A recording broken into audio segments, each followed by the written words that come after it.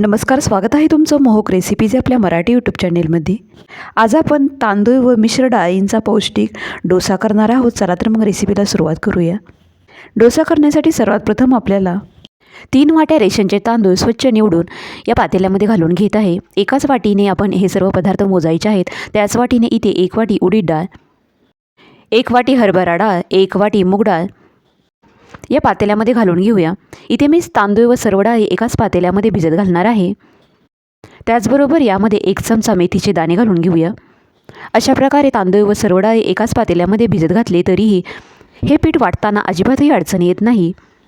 आता इथे आपल्याला या डाळी व तांदूळ 2 पाण्याने स्वच्छ धुवून घ्यायचे आहेत. अशा प्रकारे थोडंसं चोळूनच तांदूळ व डाळी चांगले धुवून घेतल्यानंतर यामध्ये गरजेपुरतं पाणी घालून घेतलेलं आहे. पाणी थोडं जास्तच वापरायचं आहे, कारण की डाळी भिजल्यानंतर त्या खूप फुगतात, त्यामुळे थोडं जास्तच पाणी वापरायचं आहे. आता इथे हे डाळ व तांदूळ जवळपास 6 ते 7 तासांसाठी भिजत ठेवून देऊया. 6 ते 7 तासानंतर इथे हे डाळ व तांदूळ चांगले भिजलेले आहेत. आता हे डाळ व तांदूळ लगेचच वाटून घेऊया. त्यासाठी इथं मी एक मिक्सरचं मोठं भांडं घेतलेलं आहे. एका झाऱ्याच्या मदतीने अशा प्रकारे डाळ व तांदूळ चांगले निथळून यामध्ये घालून घ्यायचे आहेत. मिक्सरचं भांडं हे अगदी तंतोतंत गच्च भरायचं नाही, थोडीशी जागा ठेवायची आहे. पहिल्यांदा अजिबातही पाणी न वापरता 3 ते 4 वेळा वाटून घेतल्यानंतर परत यामध्ये थोडंसं पाणी घालून घ्यायचं आहे. डाळ व तांदूळ भिजत घालताना जे पाणी उरलेलं होतं ते वापरलं तरीही चालेल व परत एकदा एकदम बारीक वाटून घ्यायचं आहे. तर अशा प्रकारे एकदम बारीक अशी इथे मी पेस्ट तयार केलेली आहे. हे तयार झालेलं बॅटर एका डब्यामध्ये काढून घेऊया. अशा प्रकारे राहिलेले सर्व डाळ व तांदूळ बारीक वाटून घ्यायचे आहेत. हे मिश्रण एकदम हलकं फुलकं बनवण्यासाठी यामध्ये अशा प्रकारे हात घालून एकाच डिरेक्शनने 5 मिनिटासाठी चांगलं फेटून घ्यायचं आहे. सध्या सगळीकडेच पावसाळा असल्यामुळे हवेमध्ये बऱ्याचशा प्रमाणात गारठा आहे, त्यामुळे यामध्ये आत्ताच मी चवीनुसार मीठ घालून घेत आहे. त्याचबरोबर बॅटर लवकरात लवकर फर्मेंट होण्यासाठी यामध्ये 4 हिरव्या मिरच्या देठासकटच यामध्ये घालून घेत आहे. मिठामध्ये व हिरव्या मिरचीमध्ये उष्णता भरपूर प्रमाणामध्ये असल्यामुळे आताच हे 2 पदार्थ यामध्ये घातल्यामुळे पीठ लवकरात लवकर आंबण्यास मदत होते. तसेच तुम्ही हे पीठ डब्यामध्ये न ठेवता कुकरमध्ये झाकण लावून ठेवले तरीही पीठ लवकर आंबण्यास मदत होते. तर आता या डब्याला झाकण लावून अशा प्रकारे एखादा टॉवेल या डब्याला गुंडाळून घ्यायचा आहे व एखाद्या उबदार ठिकाणी 10 ते 12 तासांसाठी आंबवण्यासाठी ठेवायचं आहे. 10 ते 12 तासांनंतर पीठ कसं आंबलं आहे ते चेक करूया.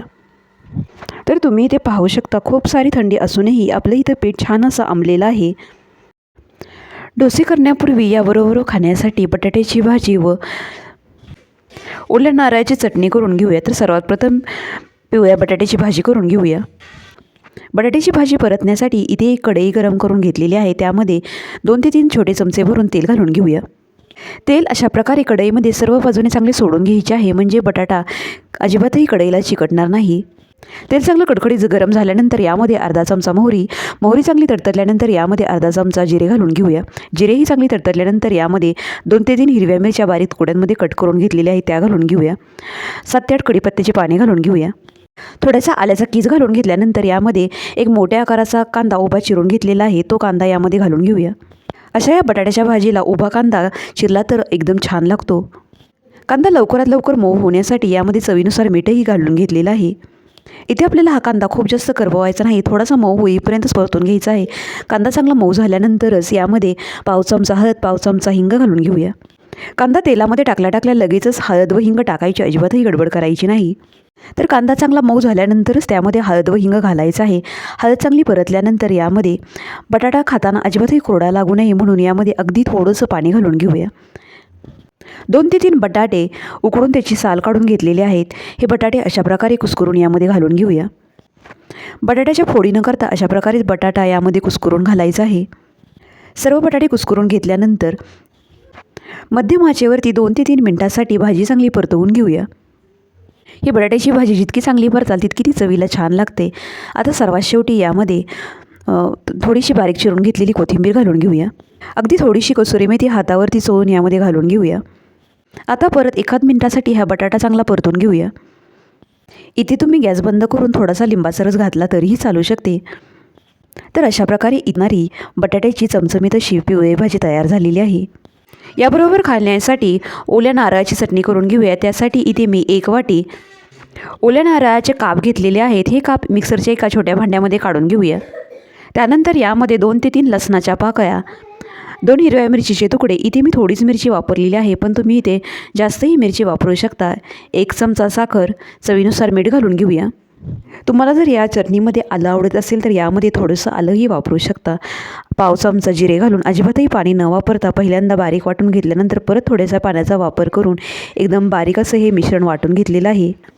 हे वाटून घेतलेलं मिश्रण एका भांड्यामध्ये काढून घेऊया. चटणीला तडका देण्यासाठी इथे या पॅनमध्ये थोडंसं तेल गरम करून घेतलेलं आहे. यामध्ये अर्धा चमचा मोहरी, अर्धा चमचा जिरे, 7 ते 8 कढीपत्त्याची पाने घालून तसेच पाव चमचा हिंग घातल्यानंतर हा तयार झालेला तडका या चटणीवरती ओतून घेऊया. इथे माझ्याकडून चुकून थोडंसं जास्तच तेल पडलेलं आहे, इतकं तेल घालायची अजिबातही गरज नाही. तर अशा प्रकारे इथे आपली नारळी चटणी तयार झालेली आहे. जेवढे डोसे करायचे आहेत तेवढं बॅटर या पातेल्यामध्ये काढून घेतलेलं आहे. त्यामध्ये चवीनुसार मीठ घालून घेऊया. इथं हे मिश्रण खूप जास्त घट्ट असल्यामुळे थोडंसं पाणी मी इथे घालून घेत आहे. आपल्याला हे मिश्रण खूप जास्त पातळही करायचं नाही व खूप जास्त घट्टही ठेवायचं नाही. या पळीच्या पाठीमागे एक रेष ओढल्यानंतर एक रेष उमटत आहे असंच आपल्याला मिश्रण इथे हवं आहे. खूप जास्त घट्टही नको व खूप जास्त पातळही नको. आता लगेचच डोसे करायला घेऊया. 5 मिनटापूर्वीच इथे मी हा तवा गरम करत ठेवलेला होता. तवा चांगला गरम झाल्यानंतर यावरती थोडंसं तेल सोडून घेऊया. तव्याचं टेम्परेचर मेंटेन करण्यासाठी थोड्यासा पाण्याचा हापका मारून एका कॉटनच्या कपड्याने तवा पुसून घेऊया. त्यानंतर थोडंसं तेल घालून घेऊया व एक पळी बॅटर तव्यावरती ओतून अशा प्रकारे पळी गोलाकार फिरवायची आहे. त्यानंतर डोशाच्या कडेने थोडंसं तेल सोडून घेऊया. मध्यम आचेवरती 2 मिनटासाठी डोसा भाजून घेऊया. 2 मिनटानंतर इथे डोस्याला छान कलर आल्यानंतर डोशाच्या कडा सैल करून घेऊया. इथे हा पहिलाच डोसा असल्यामुळे हा डोसा एकदम कुरकुरीत तर झालेला आहे परंतु थोडासा तुटला आहे. पहिले 2 ते 3 डोसे चांगले होत नाहीत, नंतर परतचे सर्व डोसे चांगले होतात. सेम प्रोसेसने अशा प्रकारे दुसरा डोसाही घालून घेऊया. तर इथे दुसरा डोसाही छान कुरकुरीत व पातळ असा बनलेला आहे. डोसाही तव्यामधून काढून घेऊया. तर अशा प्रकारे इथे आपले तांदूळ व मिश्र डाळींचे डोसे तयार झालेले आहेत. आपल्या नेहमीच्या डोस्यांपेक्षा हे मिश्र डाळींचे डोसे चवीला अगदी मस्त लागतात. व्हिडिओ आवडला असल्यास व्हिडिओला लाईक करा, शेअर करा आणि चॅनेलला सबस्क्राईब करायला अजिबात विसरू नका. व्हिडिओ पाहिल्याबद्दल खूप खूप धन्यवाद.